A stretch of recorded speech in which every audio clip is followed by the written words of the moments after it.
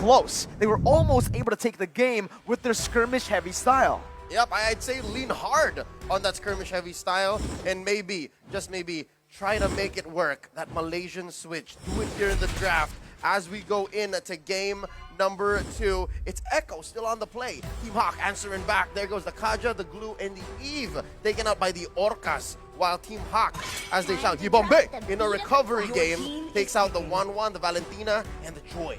It's almost similar bans to game 1, right? I mean, Joy, the reason why you would ban Joy in 1-1 is because there's so many characters that they pick out just to counter. And here we go, the first pick, carry yet again. This is deja vu at this point. I mean, same draft over and over again because, hey, don't change what's working.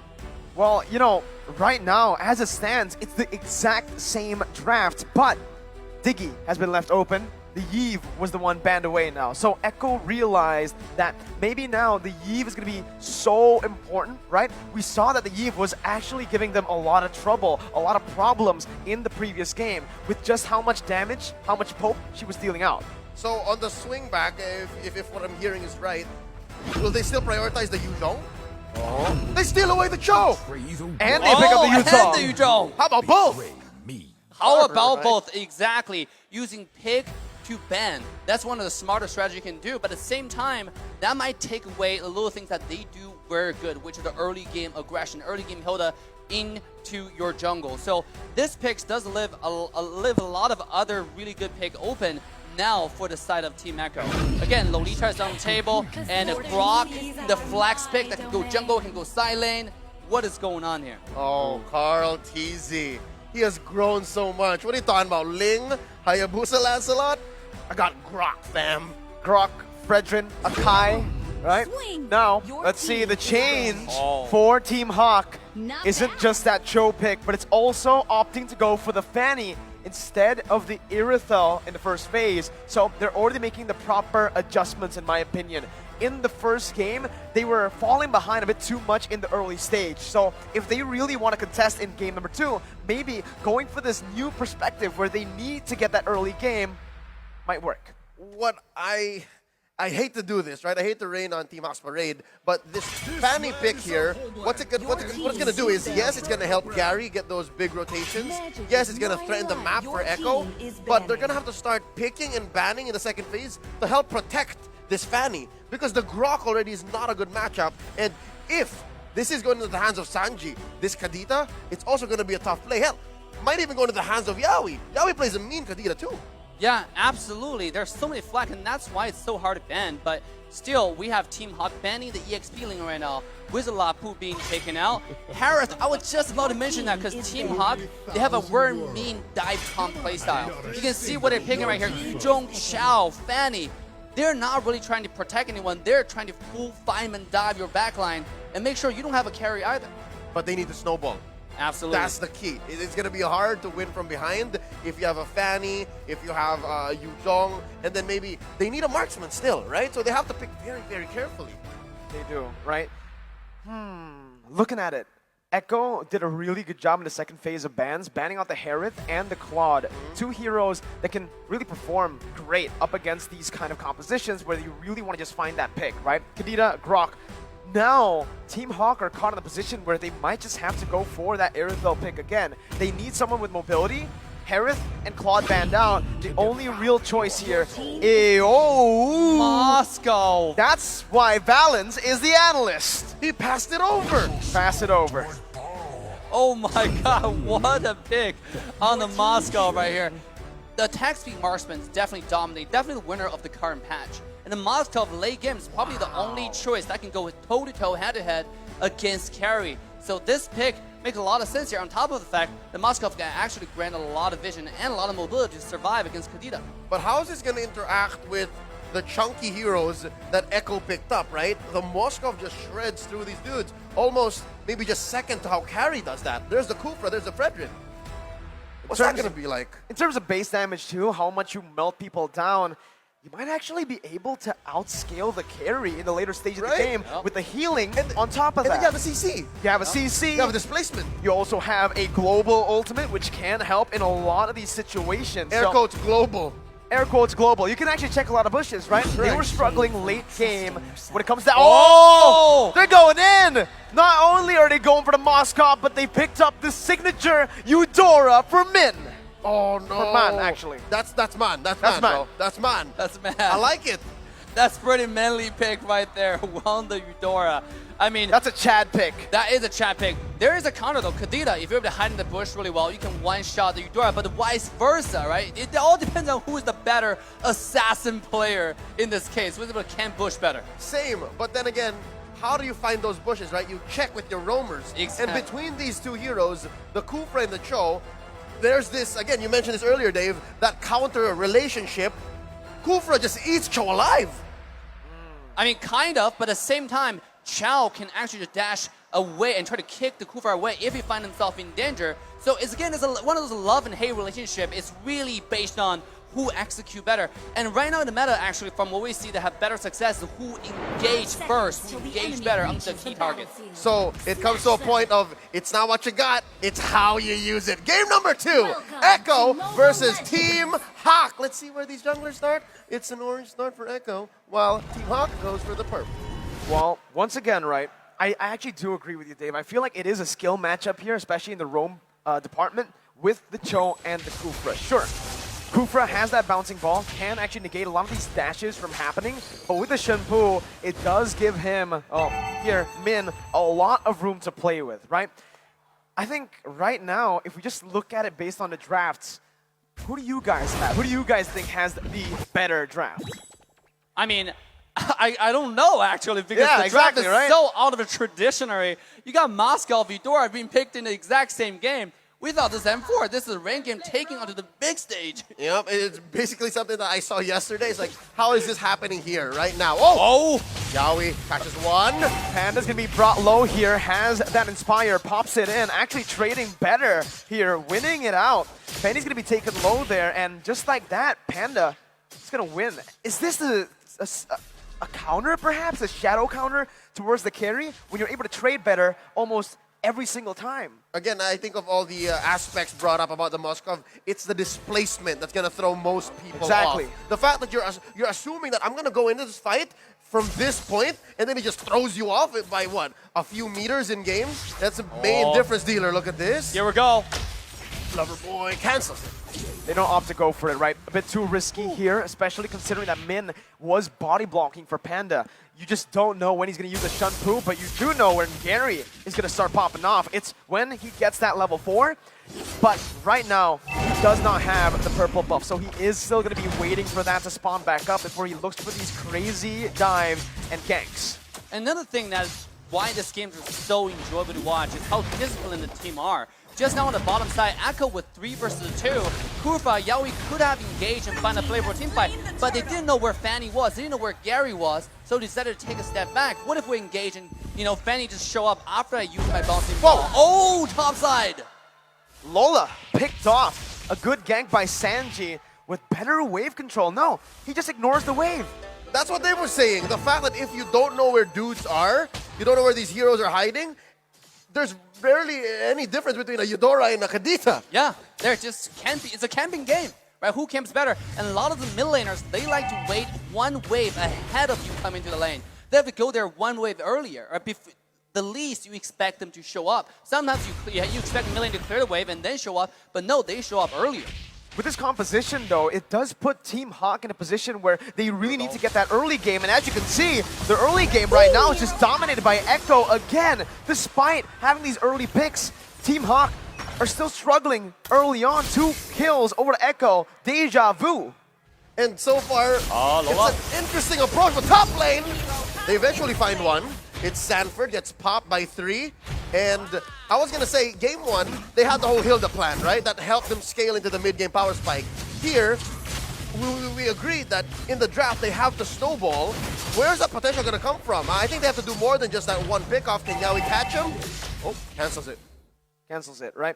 Team HAQ playing around the XP lane really well, and Echo noticed that. They went towards the bottom lane, but now with wild charge, Sanford's going to be able to actually buy some time, and that's going to be the wall. Locking them down. Still Gary able to kill, picking up the kill with Lola's passive. Top lane tier 1 still very, very low as Carl Teasy looks to get a kill back. Not going to be able to get in range, but Sanji's here. Gary able to sidestep, and he uses the cables to get out. 1 HP, Gary gets out. Oh my god, bottom side though, another engage coming from Team HAQ, and they're trying to get more gold right now. Good way the Dragon too, technically. Yaoi was looking for a pick there. But again, I do believe Team HAQ, they just come out with the advantage. Never mind, Echo finds a way to trade it back. Just as quickly, right? Never mind. I think it's eyes on the prize. You have to consider that when Echo makes moves, they're also thinking of the clapback, or at least the conversion potential. And so far, the fact that they've got 100% of the turtles and they have a 1K gold lead means good things for the Filipino team. Yeah, absolutely. Now it's main on the run. It is Chao. As I said, the love and hate relationship is based on who runs or who engages first. But it turned out he will get caught off by the rotation from Sanford. Whoa, that's a lot of resources spent, right, to get the kill on a roamer, who's now 0-2-0. So Min, so far in the show, having a pretty similar start to last game, but that's Panda actually getting out. Yaoi looking for that kill. Panda actually helps him out there, gets him out of turret. You have to consider as well, though, the fact that, yes, they spent all those ults to kill a roamer early on in the game. It's also a way for, at least to make sure that Min doesn't help out Panda. And again, it slows down the snowball potential for this Moscow. I mean, a lot of times it's really hard for Min to help because he's almost like the most focused person in this match right now. Because he held the last game. You see how many people were on him the entire game. Yep. This game, Chao's getting the Hilda treatment, right? Like everybody's focused on him. Even EXP lane find a better rotation to the mid lane. And not just that, he's also trying to do vision for Team HAQ. And T was about to walk into that bush. Oh man, Echo just hate Min, right? But Min right now is doing pretty well in towards that bottom side. Gary's gonna be able to try to look for something. That's a flicker. Sanford hitting the wall. Lola jumping with Black Dragon form. Sanji still trying to run away, but Lola's deciding to actually dive in. 1v3! Finds the kill, but it's gonna be traded back. Who is it worth for? We'll see as Team HAQ look for more in the gold lane.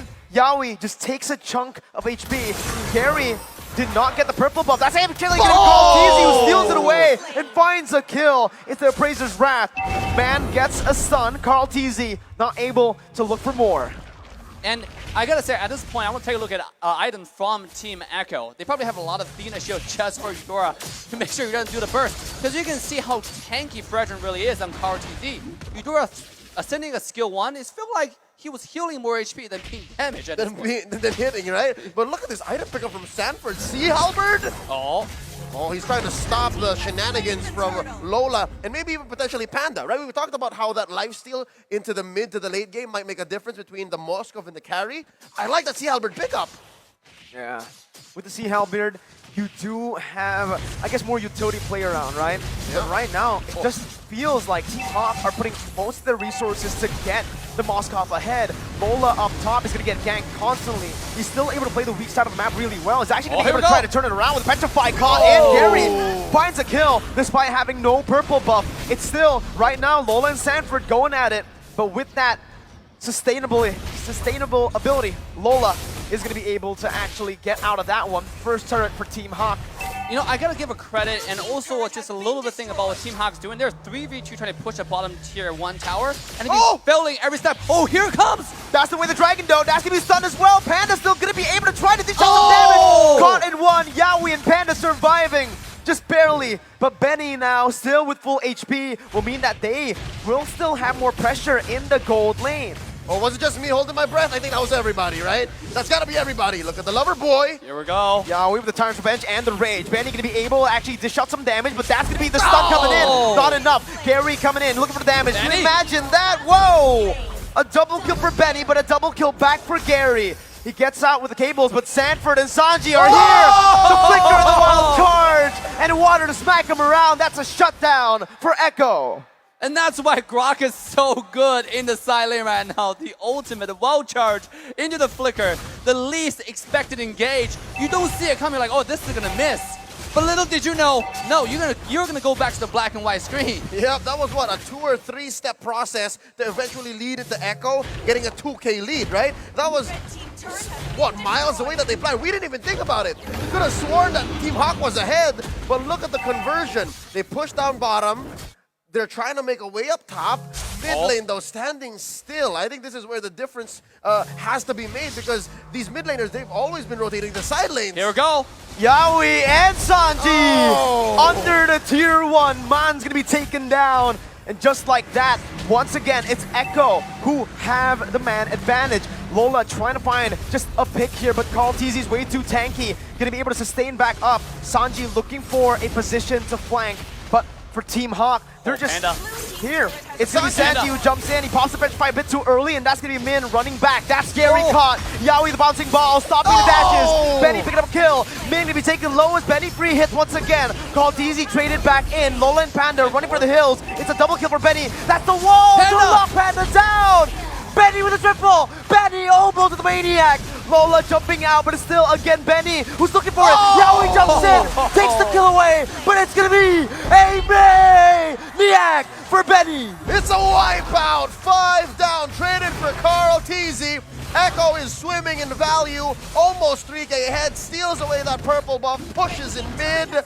Oh, Dave, I gotta ask you, where's Echo going with this? I mean, a lot of highlights that came into the Benny, but I gotta give credit to Yaoi here. Those engages onto Fanny, onto everyone else, and syncing with Sanji to follow up the one-shot rough wave combo is absolutely insane. You can see Benny has so much room to do free damage that entire team fight. The whole time he was dashing, auto-attacking. He didn't need any peel because everybody else is getting killed by the mid lane, by Sanji and Yaoi combo. So ban carry? Maybe. I mean, that seems to be the logical choice. Let's look at the items. What's going on here? That's Wind of Nature already, so more likely Benny's gonna win duels against a Panda. What's Panda rocking? It is purely damage still, so not much utility on the Moskov yet. Absolutely, going for straight damage. And see, Moskov doesn't have to go for carry one-on-one. He penetrates, right? It's all about those penetration. He goes through your front line and kills your back line at the same time. But here we go, the lore fight is about to happen.